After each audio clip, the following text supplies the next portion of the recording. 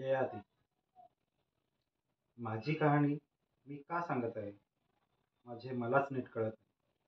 मी राजा आहे म्हणून का मी हे सारे सांगत आहे. मी राजा आहे. छे, होतो. राजे राण्यांच्या गोष्टी लोक मोठ्या आवडीने ऐकतात.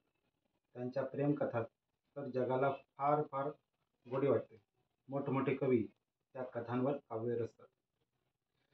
माझी कहाणी ही सुद्धा एक प्रेमकथा. छे, ती कसली कथा कुणाला ठाऊक.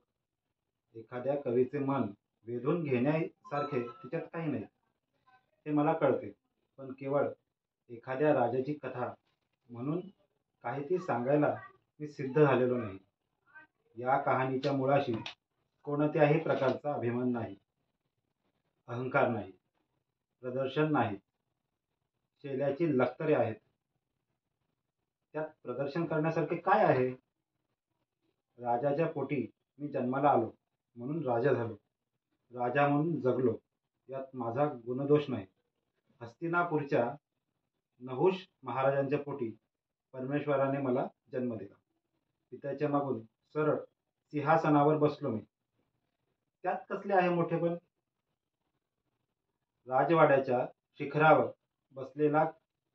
बसलेल्या कावळ्याकडे सुद्धा लोक कौतुकाने पाहतात.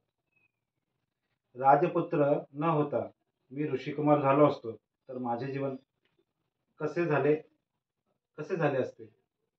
शरद ऋतूतल्या नृतमग्न चांदण्या रात्रीसारखे की शिशिरातल्या अंधाऱ्या रात्रीसारखे कुणी सांगावे.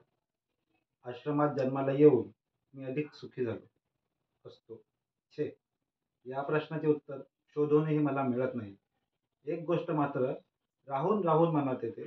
कदाचित माझी जीवन कहाणी अगदी साधी झाली असती. एखाद्या वल्कल्यासारखी अनेक रंगांनी आणि विविध धाग्यांनी नटलेल्या राजवस्त्रांचे रूप तिला कधीच आले नसते. पण त्या वस्त्राचे सारेच रंग काही मला सुखद वाटत नाही.